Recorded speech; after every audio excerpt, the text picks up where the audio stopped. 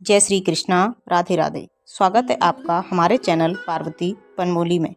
पितृपक्ष में रोज सूर्य को जल देने वाले लोटे में डाल दें बस एक चीज, जन्मों के पितृ दोष से भी मिलेगा छुटकारा और पितरों को हो गई मोक्ष की प्राप्ति। अभी पितृपक्ष की शुरुआत हो गई है और अभी पितृपक्ष चल रहा है और इन दिनों में पितरों के लिए श्राद्ध, तर्पण और अन्य शुभ कर्म किए जाते हैं। पितरों को प्रसन्न करने के लिए श्राद्ध पक्ष में रोज तर्पण करना चाहिए। तर्पण करते समय हाथ में जल लेकर अंगूठे की ओर से पितरों को चढ़ाया जाता है। कर्म करते समय पके हुए चावल, दूध और काले तिल मिलाकर पिंड बनाए जाते हैं। इन पिंडों को मृत व्यक्ति के शरीर का प्रतीक माना जाता है। पिंडों पर अंगूठे की मदद से धीरे धीरे जल चढ़ाया जाता है। इस संबंध में मान्यता है कि अंगूठे से पितरों को जल देने से वे तृप्त होते हैं और उनकी आत्मा को शांति मिलती है। हस्तरेखा ज्योतिष के अनुसार हथेली में अंगूठे के पास वाले भाग के कारक को पितृ देवता होते हैं। इसे पितृ तीर्थ कहा जाता है। हथेली में जल लेकर अंगूठे से चढ़ाया गया जल पितृ तीर्थ से होता हुआ पिंड तक जाता है। इस वजह से पितरों को तृप्ति मिलती है और वे आशीर्वाद देते हैं। पितृपक्ष में श्राद्ध कर्म करने वाले व्यक्ति को अधार्मिक कर्मों से बचना चाहिए। जो लोग इन दिनों में गलत काम करते हैं उनकी पूजा पाठ, श्राद्ध कर्म निष्फल हो जाते हैं। पितृपक्ष में किसी पवित्र नदी में स्नान करें और स्नान के बाद गरीब व्यक्ति को दान में अनाज और धन दें। घर परिवार में सुख शांति बनाए रखना चाहिए, क्लेश न करें। आइए अब जान लेते हैं पितृपक्ष में पितरों को जल अर्पित करने की सही विधि के बारे में। पितरों को जल अर्पित करें। पितृपक्ष 18 सितंबर से शुरू हो गए हैं। स्नान करने के बाद साफ कपड़े पहने, सूर्य की दिशा में जल अर्पित करें। तांबे के लोटे का इस्तेमाल करें। मंत्र का जाप करें। जल में काले तिल अवश्य डालें। धूप और दीपक जलाएं।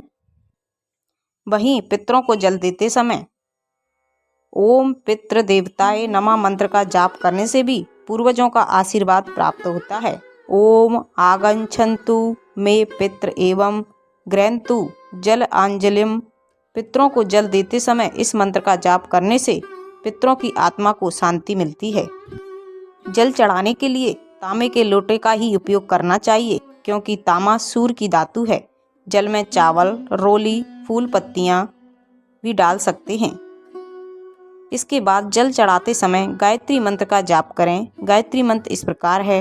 ओम भूर्भुवः स्वः तत्सवितुर्वरेण्यं भर्गो देवस्य धीमहि धियो न प्रचोदयात्।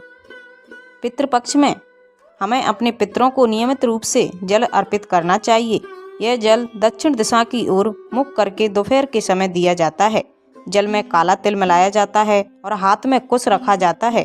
जिस दिन पूर्वज की देहांत की तिथि होती है उस दिन अन्न और वस्त्र का दान किया जाता है। पितृपक्ष के दौरान लोग अपने पितरों को याद करते हैं। उनके लिए तर्पण, पिंडदान, श्राद्ध, दान, ब्राह्मण भोज, पंचबली आदि करते हैं। इससे पितृ खुश होते हैं और तृप्त होकर आशीर्वाद देते हैं। इन कार्यों को करने से पितृ को पितृलोक से मुक्ति मिल जाती है। हमारे पितृ या पूर्वज कई प्रकार के होते हैं। उनमें से बहुतों ने तो दूसरा जन्म ले लिया है और बहुतों ने पितृलोक में स्थान प्राप्त कर लिया है।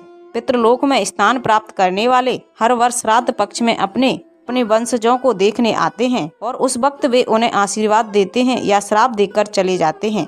आओ जानते हैं पितरों को प्रसन्न करने के कुछ उपाय। प्रतिदिन हनुमान चालीसा पढ़ें। श्राद्ध पक्ष में अच्छे से करें श्राद्ध कर्म। गरीब, अपंग व विधवा महिला को दान दें। गीता का 7वां अध्याय या मार्कंड पुराण अंतर्गत पितृ स्तुति करें। आ जाता है पितृपक्ष में पीपल के पेड़ की पूजा करनी चाहिए। धार्मिक मान्यताओं के अनुसार पीपल के वृक्ष में पितरों का वास होता है। ऐसे में पितृपक्ष के दौरान सूर्योदय से पहले उठकर स्नान करने के बाद पीपल के पेड़ पर जल अर्पित करना चाहिए और 7 बार उसकी परिक्रमा करनी चाहिए। घर में पितरों की तस्वीर हमेशा उत्तर दिशा की तरफ ही लगानी चाहिए। साथ ही पितरों का मुंह दक्षिण दिशा में होना चाहिए।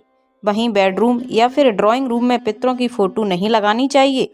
माना जाता है कि इस जगह पर पितरों की फोटो रखने से घर के सदस्यों के स्वास्थ्य पर असर पड़ता है। पितृदोष मुक्ति के लिए 3 प्रभावशाली मंत्रों का जाप करना चाहिए। तो आइए जान लेते हैं इन मंत्रों के बारे में। पहला मंत्र है ओम श्री सर्वपितृ देवताभ्यो नमो नमः। दूसरा मंत्र है ओम प्रथम पितृ नारायणाय नमः। तीसरा मंत्र है ओम नमो भगवते वासुदेवाय।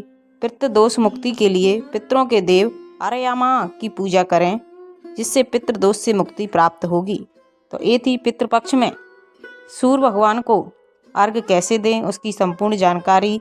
तो अगर आपको अच्छी लगे तो प्लीज़ चैनल को लाइक शेयर सब्सक्राइब कीजिए, साथ में बेल आइकन को ऑन कर लीजिए, ताकि जब भी लेटेस्ट वीडियो अपलोड करें उसकी जानकारी सबसे पहले आपको मिल जाए। और कमेंट में सूर्याय नमः अवश्य लिखिए। Thank you.